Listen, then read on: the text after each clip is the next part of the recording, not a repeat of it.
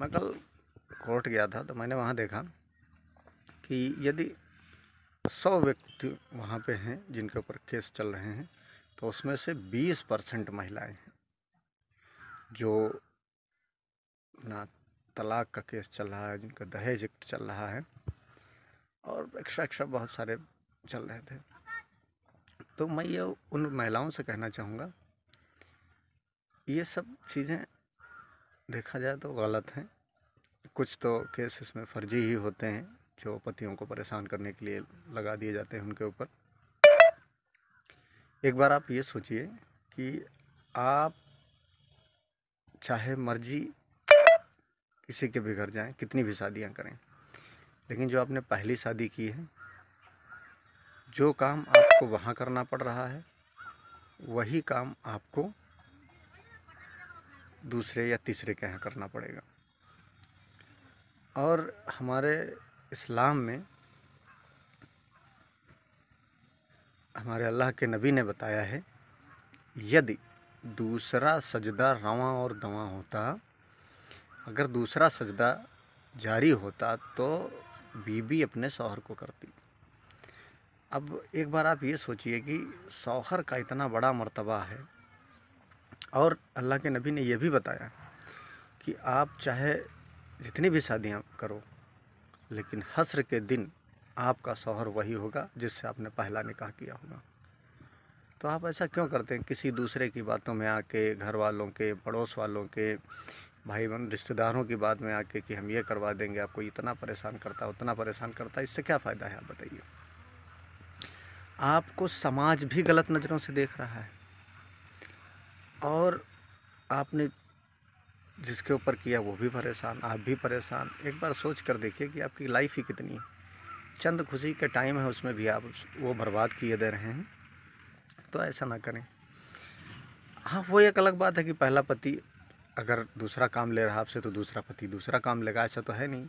जो काम आपसे पहला पति ले रहा है वही काम आपका दूसरा पति लेगा आपसे। तो इन सब चीज़ों से क्या फ़ायदा?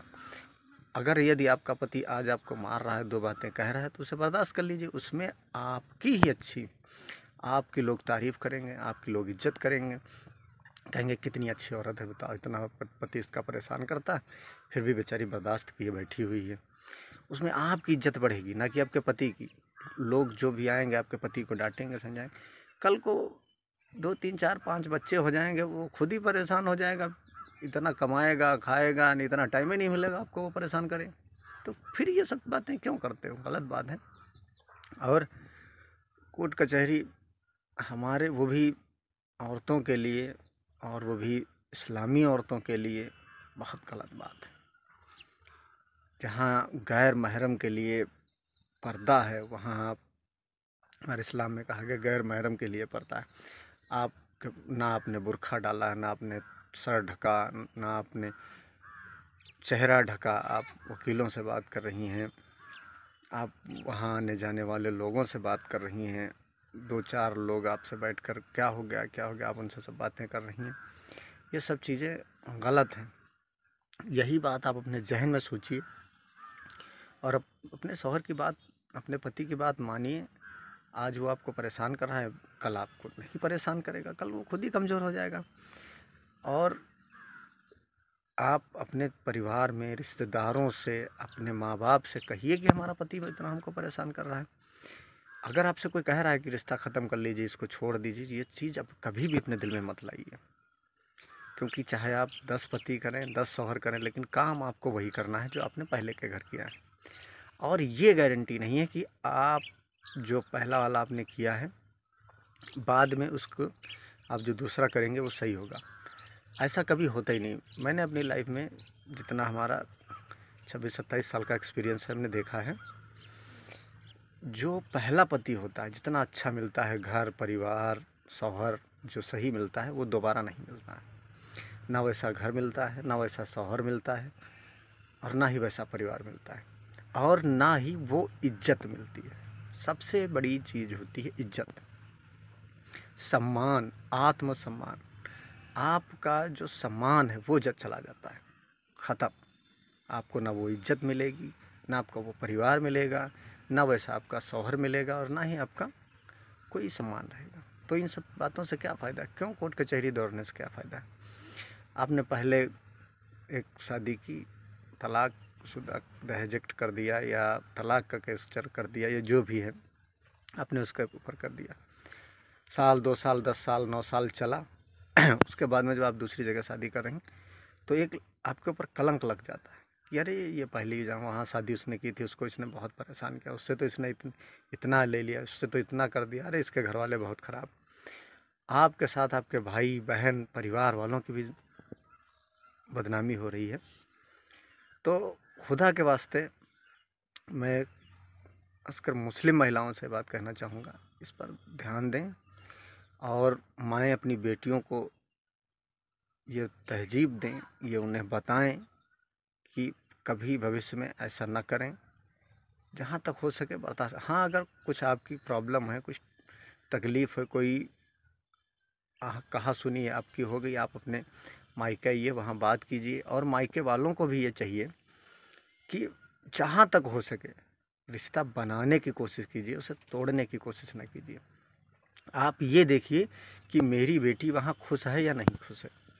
कभी कभार मैंने देखा है कि लड़की वालों के माँ बाप या उनके भाई बहनों की अगर इज्जत नहीं हो रही है या उनकी इज्जत नहीं हो रही या उनको अच्छा खाना पकवान नहीं मिल रहा, तो वो कहते हैं बेकार है, ये लड़का सही नहीं है, ये कमाता वाता नहीं है। अरे आपको इससे क्या लेना देना है भाई, आपको कौन सा उसके घर रहना है, आप रहना आपकी बेटी को है, वो सुकून से रह रही हो, उसको सारी सुविधाएं मिल रही हों।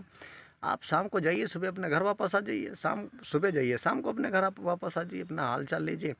पुराने ज़माने में लोग बेटी के घरों का पानी नहीं पिया करते थे, हमने सुना है और हमने मूवियों में भी देखा है, ऐसा दिखाया गया है। हमने एक मूवी देखी थी, क्या नाम था उसका, बुलंदी। तो उसमें एक किरदार है रवीना टंडन, जिसकी शादी अनिल कपूर के साथ होती है। अनिल कपूर उसमें डबल रोल दिखाया गया है। तो जो सेकंड वाला अनिल कपूर होता है उसकी वाइफ रवीना टंडन होती है, और बड़ा वाला जो अनिल कपूर होता है वो गांव का मुखिया होता है। तो रवीना टंडन के जब पिताजी आते हैं तो उसमें दिखाया गया बड़ा गाड़ियों का काफिला उनके पीछे आता है, बहुत बड़े अमीर आदमी होते हैं वो। और आके वो ठाकुर साहब, उनको कहते हैं, ठाकुर साहब के सामने हाथ बांध कर यूँ खड़े हैं जैसे नियत की हो उन्होंने। उनसे कहा जाता है पानी पी लीजिए, अरे ये नहीं, मना कर देते। उनसे ठाकुर साहब यानी कि अनिल कपूर साहब उनसे ये भी कहते हैं कि जाइए अपनी बेटी का हालचाल पूछ लीजिए। तो वो ये बात कहते हैं वहाँ पर, अरे क्या बात कर रहे हैं ठाकुर साहब, हमें अपने से छोटा आप बेइज्जती कर रहे हैं हमारी, हमको आपने ओछा समझ रखा है। मतलब वो अपनी बेटी का हालचाल भी पूछना पसंद नहीं करते हैं। अब आप सोचिए कि क्या वो लोग इंसान नहीं थे, हम ही नए ज़माने के इंसान हो गए, जो हम वहाँ जाके टूनों तक बैठ कर गट्टे तक बोर उसी में बोड़ के खाने खाते हैं।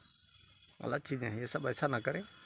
खाने पीने या छोटी मोटी कहा सुनी के लिए खुदा के वास्ते अपनी बेटियों का घर ना बर्बाद करें। और मैं महिलाओं से कहना चाहूँगा, अपने पति को छोड़ें ना, अपने शौहर को ना छोड़ें। कहा सुनी हुई है उसे बर्दाश्त करें। हाँ, वो एक अलग बात है कि अगर आपका रिश्ता सही से नहीं चल पा रहा है तो आप अपने परिवार में, गांव घर में बैठिए और उसको समझिए और आपस में ही रिश्ता ख़त्म कर लीजिए, ताकि जो पति है वो दूसरा रिश्ता कर सके और आप अपना दूसरा रिश्ता कर लें। इससे ये होगा कि जो भविष्य में जो आपका टाइम बर्बाद होने वाला कोर्ट कचहरी में रुपया पैसा, और आपकी ज़िंदगी के कुछ कीमती पल जो बर्बाद होने वाले हैं वो बर्बाद नहीं होंगे। आपका शौहर अपना दूसरा कर लेता है, आप दूसरा कर लीजिए। अपना आपस में परिवार में घर में बैठ के जहाँ जो सही समझे अपना आपस में समझ के अपना मामला अपना अलग कर लीजिए, रफा दफा कर लीजिए, फुर्सत हो जाए आपके पति को भी और आप अपनी बीवी को भी। मैं पतियों से भी कहना चाहूँगा कि पत्नी को परेशान करने की कोशिश ना करें, अपना रफा दफा कर लें और आप अपना दूसरा देख लें, वो अपना दूसरा देख लें। इन कोर्ट कचहरी के चक्कर में ना पड़ें, इसमें टाइम रुपया सब कुछ बर्बाद होता है।